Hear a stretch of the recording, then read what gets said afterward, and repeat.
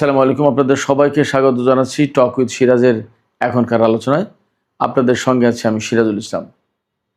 দর্শক, ইরান দাবি করেছে জর্দানের আল আজরাক বিমান ঘাঁটিতে তারা হামলা চালিয়েছে এবং সেই হামলায় 3টি মার্কিন F-35 যুদ্ধ বিমান ধ্বংস হয়েছে এবং 3টি মারাত্মকভাবে ক্ষতিগ্রস্ত হয়েছে।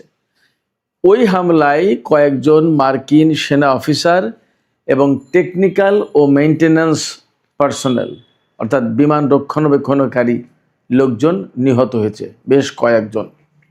এপাশে মার্কিন প্রেসিডেন্ট ডোনাল্ড ট্রাম্প ক্ষিপ্ত হয়ে হুমকি দিয়েছেন ইরানকে তারা গুঁড়িয়ে দেবেন। আইআরজিসি ঘোষণা দিয়েছে জর্দান থেকে মার্কিন সেনা চলে না যাওয়া পর্যন্ত লড়াই অব্যাহত থাকবে। এপাশে পাকিস্তান জানিয়েছে যে তারা আমেরিকা এবং ইরানকে আবার সেই সমঝোতায় ফিরিয়ে আনার চেষ্টা করছে। ইসরায়েলি গণমাধ্যম টাইমস অফ ইসরায়েল বলছে কূটনৈতিক প্রক্রিয়া নাকি অনেকটা এগিয়েছে।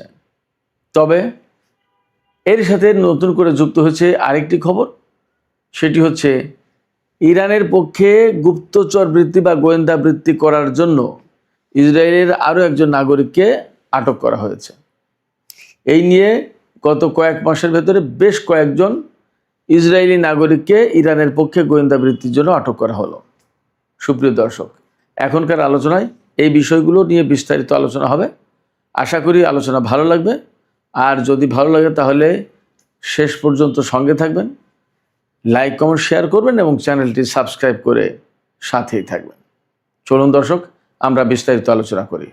দর্শক, আপনারা সবাই জানেন গত রাতে মার্কিন বাহিনী ইরানের বিশেষ করে কেশম দ্বীপে একটা বড় রকমের হামলা চালিয়েছে, যে হামলায় ভবন ধসে বিধ্বস্ত হয়ে চাপা পড়েছে মা বাবা এবং তাদের ছোট্ট একটি কন্যা সন্তান। এরপর ইরান জর্দান এবং কুয়েতে হামলা চালিয়েছে। ইরানের আইআরজিসি দাবি করছে যে তারা ভয়াবহ রকমের হামলা চালিয়েছে, যে হামলায় জর্দানের আল আজরাক বিমান ঘাঁটিতে 3টি মার্কিন F-35 যুদ্ধ বিমান ধ্বংস হয়েছে এবং 3টি মারাত্মকভাবে ক্ষতিগ্রস্ত হয়েছে, আর বেশ কয়েকজন সেনা অফিসার নিহত হয়েছে। শুধু সেনা অফিসার নিহত হয়নি, কয়েকজন বিমান রক্ষণাবেক্ষণকারী টেকনিক্যাল অ্যান্ড মেইনটেন্যান্স পার্সোনেল তারাও নিহত হয়েছে। আইআরজিসি বলেছে যতক্ষণ পর্যন্ত জর্দানের মুসলিম ভূখণ্ড থেকে মার্কিন সামরিক বাহিনী চলে না যাবে ততক্ষণ পর্যন্ত তাদের বিরুদ্ধে লড়াই চলবে। আইআরজিসি আরও বলেছে তাদের ভাষায়, তাদের বিবৃতিতে, যে মার্কিন বাহিনী হচ্ছে শিশু হত্যাকারী বাহিনী। এই বাহিনীর এই মধ্যপ্রাচ্য অঞ্চলে থাকার কোনো অধিকার নেই, থাকার কোনো প্রয়োজন নেই, তাদেরকে এখান থেকে যেতেই হবে। এদিকে আইআরজিসি কুয়েতের আলী আল সালেম বিমান বন্দরেও হামলা চালিয়েছে। এই দুই জায়গায়, কুয়েত এবং জর্দান, দুই জায়গায় ব্যালিস্টিক ক্ষেপণাস্ত্র দিয়ে হামলা চালিয়েছে ইরান, এবং ইরান বলছে হামলা তো সফল। কুয়েতে যে হামলা চালিয়েছে তাতে আলী আল সালেম বিমানবন্দরের 2টি ড্রোনের হ্যাঙ্গার ধ্বংস হয়েছে এবং একটি ফুয়েল ট্যাঙ্ক, জ্বালানি ট্যাঙ্ক, এটা ধ্বংস হয়েছে। এই যে জ্বালানি ট্যাঙ্ক ধ্বংস হয়েছে, সেই ট্যাঙ্ক থেকে আমেরিকার যুদ্ধ বিমান এবং হেলিকপ্টার জ্বালানি নিত, অর্থাৎ তেল নিত, এটা ধ্বংস করেছে। তার মানে কুয়েত থেকে বা কুয়েতের এই আলী আল সালেম বিমান ঘাঁটি থেকে জ্বালানি নেওয়াটা এখন মার্কিন বাহিনীর জন্য সংকটাপন্ন হয়ে গেল। এদিকে জর্দানে যে হামলা চালিয়েছে, জর্দানের সেনাবাহিনী দাবি করেছে তাদের সেনারা ইরানের কয়েকটি ব্যালিস্টিক ক্ষেপণাস্ত্র ভূপাতিত করেছে। এখানে একটু ব্যাখ্যা করে যেতে চাই দর্শক। ইরান বলল যে যতক্ষণ পর্যন্ত জর্দান থেকে মার্কিন সামরিক বাহিনী চলে না যাবে ততক্ষণ পর্যন্ত তাদের বিরুদ্ধে লড়াই। তার মানে ইরান কিন্তু একটা লক্ষ্য ঠিক করে দিল বা ঘোষণা করে দিল যে আমরা লড়াই করছি মার্কিন বাহিনীকে এখান থেকে বহিষ্কার করার জন্য, তাদের ভাষায়। যদি তাই হয় তাহলে কিন্তু ইরানের লক্ষ্য এখন পরিষ্কার। ইরান কিন্তু শুধুমাত্র আমেরিকার বিরুদ্ধে পাল্টা প্রতিরোধ গড়ে তুলছে ব্যাপারটা তা কিন্তু নয়। তাদের এই ঘোষণার মধ্য দিয়ে পরিষ্কার হলো যে তারা জর্দান থেকে বা এই অঞ্চল থেকে, মধ্যপ্রাচ্য অঞ্চল থেকে মার্কিন বাহিনীকে তাড়িয়ে দিতে চায়, বহিষ্কার করতে চায়। এবং তারা বলছে কি, যে এরা শিশু হত্যাকারী কোনো সামরিক বাহিনীকে এই অঞ্চলে প্রয়োজন নেই, ইরান বলছে। ব্যাপারটা যদি তাই হয়, তার মানে হচ্ছে যে ইরান এখন চাইছে আমেরিকার সামরিক বাহিনী এই অঞ্চল থেকে চলে যাক। এটা কিন্তু মোটামুটি তারা তাদের লক্ষ্য ঘোষণা করে দিল। জর্দান এবং কুয়েতে যে সমস্ত হামলা হয়েছে, সেই হামলা বেশ তীর্যক হামলা, তীব্র হামলা হয়েছে, বড় রকমের হামলা হয়েছে, এটা পরিষ্কার বোঝা যাচ্ছে। এই হামলার পর প্রেসিডেন্ট ডোনাল্ড ট্রাম্প বলেছেন যে ইরানের বাহিনীকে একেবারে গুঁড়িয়ে দেওয়া হবে। তার মানে হচ্ছে যে হামলাটা খুব বড় রকমের হয়েছে। ইরান যে ক্ষয়ক্ষতির কথা দাবি করছে, যে 3টি F-35 যুদ্ধ বিমান ধ্বংস, 3টি F-35 যুদ্ধ বিমান ক্ষতিগ্রস্ত, কয়েকজন সেনা কর্মকর্তা এবং টেকনিক্যাল অ্যান্ড মেইনটেন্যান্স পার্সোনাল নিহত, তারপরে কুয়েতে জ্বালানি ট্যাঙ্কার, ড্রোনের হ্যাঙ্গার ধ্বংস, এই সমস্ত থেকে বোঝা যাচ্ছে যে ভালো রকমের ক্ষয়ক্ষতির মুখে পড়েছে মার্কিন সামরিক বাহিনী। ইরান তাই দাবি করছে। এর প্রেক্ষাপটে কিন্তু ডোনাল্ড ট্রাম্প ইরানকে একদম গুঁড়িয়ে দেওয়ার, একদম 12টা, ইংলিশ অশালীন শব্দ ব্যবহার করেছে, সেটা বলা যাবে না, একেবারে 12টা বাজিয়ে দেওয়ার ব্যবস্থা করবেন তিনি, এই রকম হুমকি দিয়েছেন। তাতে বোঝা যাচ্ছে যে ইরান তাদের হামলা মোটেই হালকা করেনি, বরং জোরদার করেছে এবং তারা একটা লক্ষ্য নিয়ে এখন কাজ করছে, সেটা হচ্ছে মধ্যপ্রাচ্য অঞ্চল থেকে মার্কিন সেনাদেরকে সরিয়ে দেয়া। ডোনাল্ড ট্রাম্প যদিও এইরকম বারবার ইরানকে গুঁড়িয়ে দেওয়ার বা মুছে দেওয়ার বা একদম শেষ করে দেওয়ার হুমকি দিচ্ছেন, কিন্তু তিনি বাস্তবে এই পর্যন্ত এইরকমের বড় কোনো হুমকি বাস্তবায়ন করতে পারেননি। এটা আমরা মোটামুটি কম বেশি দেখছি। এই নিয়ে খোদ মার্কিন গণমাধ্যম থেকে শুরু করে পশ্চিমা বিভিন্ন গণমাধ্যমে আলাপ আছে। তাহলে কি হবে বা কেন পারছে না?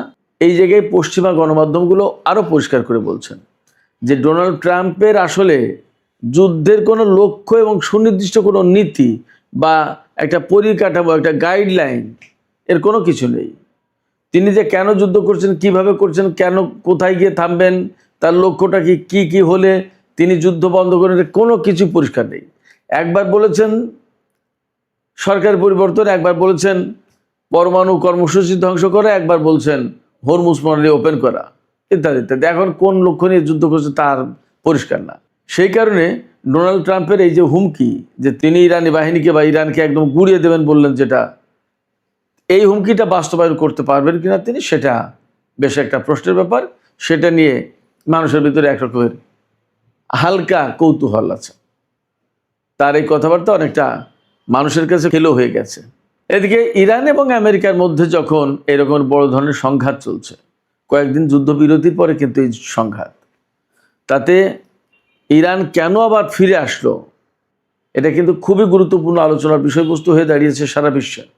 প্রশ্ন একটাই, যে যুদ্ধবিরতি হলো, ইরানও যুদ্ধ থামিয়ে দিল, তারপরে হঠাৎ করে কেন তারা আবার মার্কিন ঘাঁটিতে হামলা চালালো?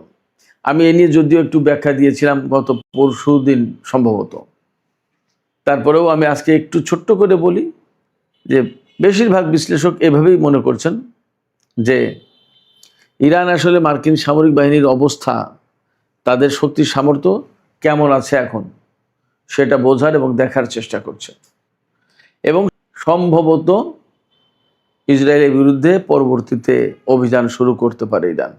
কারণ আমরা দেখছি মধ্যপ্রাচ্যের অর্থাৎ উপসাগরীয় অঞ্চলের দেশগুলোর ঘাঁটি প্রায় তছনছ করে দিয়েছে বিভিন্ন গণমাধ্যম থেকে আমরা যে সমস্ত খবর পাচ্ছি।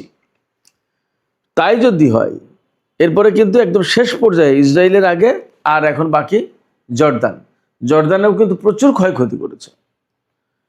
তো ব্যাপারটা যদি তাই হয়, তাহলে এই উপসাগরীয় অঞ্চল থেকে ক্লোজ করতে করতে করতে জর্দানি নিজে ঠেকিয়েছে। জর্দান থেকে ক্লিয়ার করার পরে তখন কিন্তু মেবি সম্ভবত ইসরায়েল ইরানের টার্গেটে পরিণত হয়ে যেতে পারে। যদি তাই হয়, তাহলে ধরে নিতে হবে যেটা চূড়ান্ত যুদ্ধের বা চূড়ান্ত লড়াইয়ের সূচনা শুরু। জানি না আসলে কি হচ্ছে। সুপ্রিয় দর্শক, ইরান এবং আমেরিকার মধ্যে যখন এরকম গুরুগম্ভীর মানে মারাত্মক যুদ্ধ চলছে, তখন পাকিস্তান বলছে, পাকিস্তানের পররাষ্ট্র মন্ত্রণালয় 30 জুলাই বৃহস্পতিবার জানিয়েছে যে ইরান এবং আমেরিকাকে ইসলামাবাদ সমঝোতা স্মারক যেটা সই হয়েছিল সেই স্মারকে সেই লিখিত সমঝোতায় ফিরে আনার একটা চেষ্টা চলছে। যদি তাই হয়, যদি ফিরে আনার চেষ্টা সফল হয়, তাহলে যুদ্ধবিরতি হবে, আবার আলোচনা শুরু হবে। আর যদি এটা সফল না হয়, তাহলে যুদ্ধ আরও ভয়ঙ্কর রকমের অবস্থা ধারণ করবে, ভয়ঙ্কর রূপ ধারণ করবে, মোটামুটি এটা বলা যাচ্ছে। এর মধ্যে ইসরায়েলের এক গোয়েন্দাকে আটক করেছে, মানে ইসরায়েলি নাগরিক ইরানের পক্ষে গোয়েন্দা বৃত্তি করেছিল, সেই অভিযোগে ইসরায়েল আটক করেছে। তার বিরুদ্ধে এরই মধ্যে অভিযোগপত্র দায়ের করা হয়েছে। সেই অভিযোগে বলা হয়েছে যে আমির হিশাম মোহাম্মদ টিটি, এই ব্যক্তি ইসরায়েলের প্রেসিডেন্ট আইজাক হারজগ এবং অর্থমন্ত্রী বেজালেল স্মোটরিচ, তাদের দুইজনের উপরে গুপ্তচর বৃত্তি করেছে। এই দুইজন উত্তরাঞ্চলের একটা হাসপাতাল পরিদর্শনের সময় তাদের ছবি তুলেছে এবং সেগুলো নাকি 34 বছর বয়সী এই আমির হিসামের ইরানি হ্যান্ডলারের কাছে পাঠিয়েছে। এবং নর্মালি এই ধরনের কর্মকাণ্ডের বিপরীতে তারা টাকা পেয়ে থাকে, ডলার পেয়ে থাকে। এই রকম অভিযোগ কিন্তু এইটা প্রথম না। এর আগেও আমি নিজে ভিডিও করেছি কয়েকবার যে এরকম বেশ কয়েকজন গুপ্তচরকে ইসরায়েলের ভেতর থেকে আটক করা হয়েছে এবং তাদেরকে কারাগারে বা বিচারের সম্মুখীন করা হয়েছে। তাতে বোঝা যায় যে ইসরায়েলের ভেতরে ইরান প্রচুর সংখ্যক এজেন্ট ঢুকিয়ে দিতে পেরেছে এবং ক্ষণে ক্ষণে সময়ে সময়ে তাদের তথ্য ইরানের কাছে চলে যাচ্ছে। এটা ইরানের জন্য নিশ্চয়ই স্বস্তির কারণ, ঠিক বিপরীতে ইসরায়েলের জন্য মারাত্মক রকমের অস্বস্তির কারণ। সুপ্রিয় দর্শক, এখনকার আলোচনা এখানে শেষ করতে চাই। আলোচনা শেষের আগে আপনাদের কাছে জানতে চাই আপনাদের মত কি। ইরান যে দাবি করলো, ইরানের IRGC, এই খবর কিন্তু পাকিস্তানের এক্সপ্রেস ট্রিবিউন দিয়েছে, আল জাজিরা দিয়েছে এবং ইরানের রাষ্ট্রীয় বার্তা সংস্থা ইরনা দিয়েছে, বেশ দায়িত্বশীল জায়গা থেকে। IRGC বলছে যে আমেরিকার 3টি F-35 যুদ্ধবিমান ধ্বংস করা হয়েছে, 3টি মারাত্মকভাবে ক্ষতিগ্রস্ত হয়েছে এবং বেশ কয়েকজন সামরিক কর্মকর্তা নিহত হয়েছে। আপনারা কি মনে করছেন, এই খবরের সত্যতা কেমন বলে আপনাদের কাছে মনে হয়? 1, 2 হচ্ছে, আপনারা কি মনে করছেন যে ইরান আসলে চূড়ান্ত লক্ষ্য নিয়েই এই সাম্প্রতিক যুদ্ধ, অর্থাৎ 29 জুলাই থেকে যে যুদ্ধ শুরু করেছে, এই যুদ্ধটা শুরু হলো চূড়ান্ত লড়াইয়ের লক্ষ্যে? আপনাদের মতামত জানিয়ে কমেন্টে লিখতে পারেন। আর ভিডিও ভালো লাগলে লাইক, কমেন্ট, শেয়ার করবেন এবং চ্যানেলটি সাবস্ক্রাইব করে সাথেই থাকবেন।